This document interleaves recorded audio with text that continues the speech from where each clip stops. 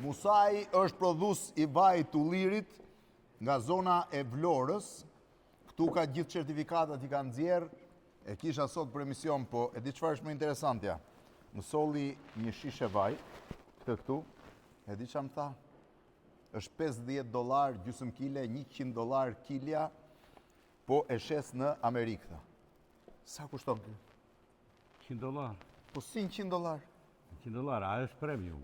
Premium, thot këtu, po premium me etiket, 100% organik, extra virgin olive oil, from, po, nga ullinjt Kalinjot. Po që është Kalinjoti? Kalinjoti është nga ullishtet të mira që ka Shqipëria dhe Mesdheu. Kalinjoti? Po.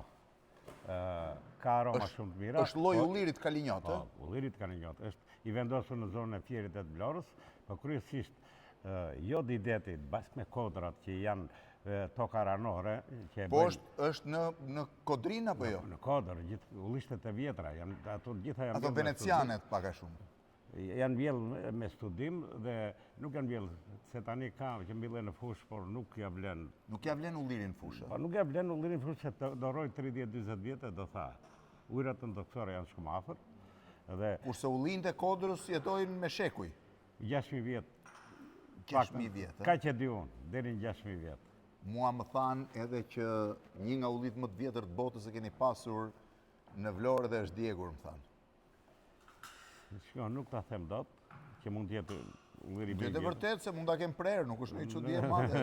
Nuk ta them, se unë flasë për atë që di. Atë që di, ti ke ullishtet e tua? Jo, unë lidhe me fermerët, bëjmë kushtet që do të kemi për parcelat organike, kryesisht dhe vajnë ekstra, sepse ky është ekstra 4 herë më mbisa ekstra, pastaj janë dhe... Tani ti e certifikuar, kjo është shumë interesante. Musai Olive Oil, thot, nga fshati Skrofotin i Vlorës, me këtë numër, operatori i numrit, bioinspekta, certifikat e kualitetit, kuptohet, dhe këtë vind ta kontrollojnë çdo vit, ky që nga për 2025-ën. Do më thënë, deri në tetor të 2025-ës ti e ke certifikuar. Po pastaj vinë prapë e kontrollojnë? Për vitin tjetër vinë prapë. Po si vinë? Po të tregoj pak certifikim që është shumë i rëndësishëm. E para, jo në të gjitha zonat unë certifikohet. Po themi në Elbasan nuk certifikohet. Në Elbasan nuk certifikohet, pse? Shka këto gjaqeve të metalurgjikut.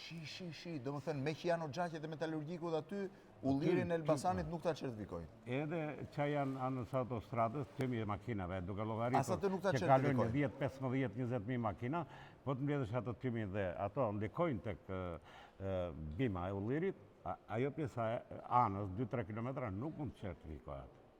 Kështu që certifikohen vetëm zonat që janë të mbrojtura nga ndotja, në cilësi të mirë të prodhimit, të pastra nga ajri. Edhe të pastra nga niveli, po quaj, agentët atmosferik. Ka një listë të preparatat kimike që mund të prodhohen të kë... Ata vinë provojnë dhe tokën që mos ketë? Meret analiza tokës. Po? Bas analizës tokës, arrit 3 vjetë në kalim. Pra në fillim ata marrin analizën e tokës?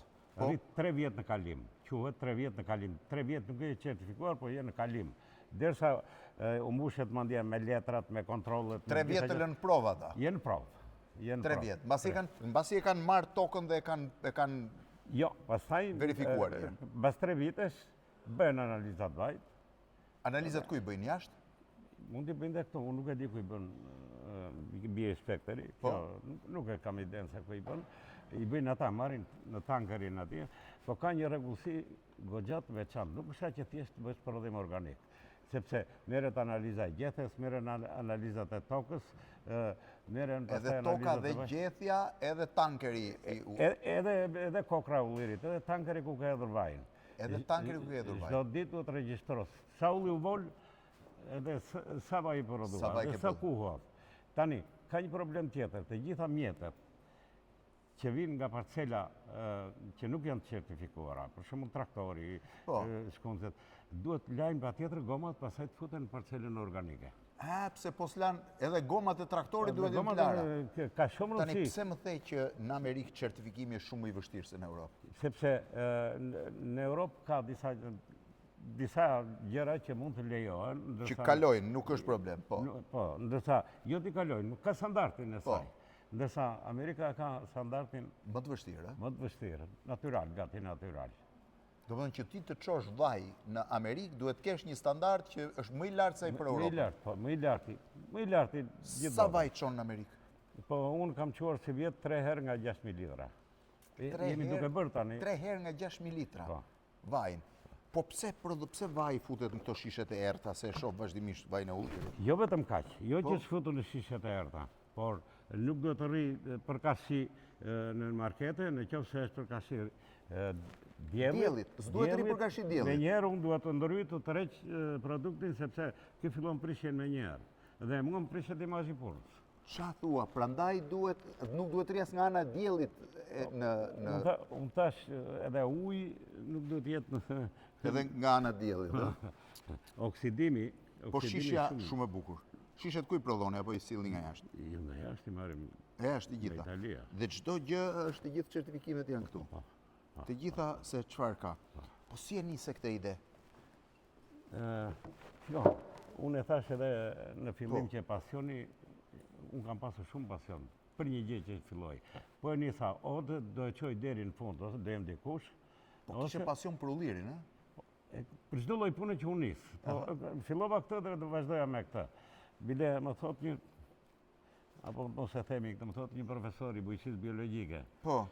që ti je si Ronaldo, thot që kur duhet një gol, duhet ai bën se s'bën.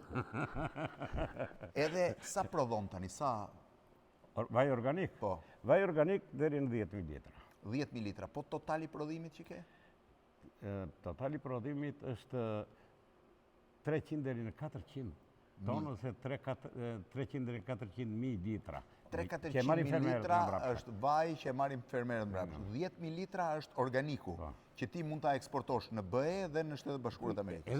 Edhe extra virgin. Edhe extra virgin. Po ky është fjala Mi me mos si kushton ky $50, po nuk është shtrenjtë. Nuk është shtrenjtë.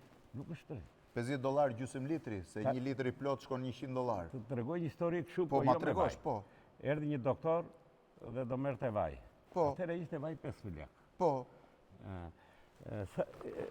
Sa e ke vajnë, unë e kisha 7.000 lekë. e kështë 2.000 lekë më shumë se të tjerët. Po, më shumë Po, se tjerët.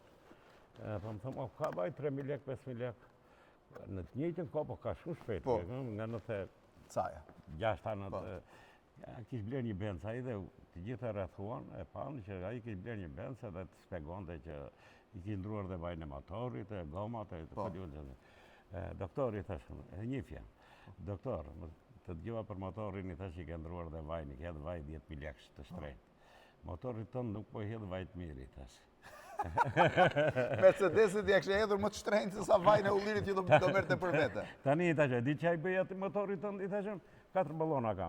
Bën $1.500 për shumë, një të kapur, një të atë poshtë e vjen tjetër. Po unë s'kam çfarë të bëj këtia, këtë nuk ndroj dot i thashëm. Shumë faleminderit. Histori pasionesh janë gjitha. Tani unë kam pasur atje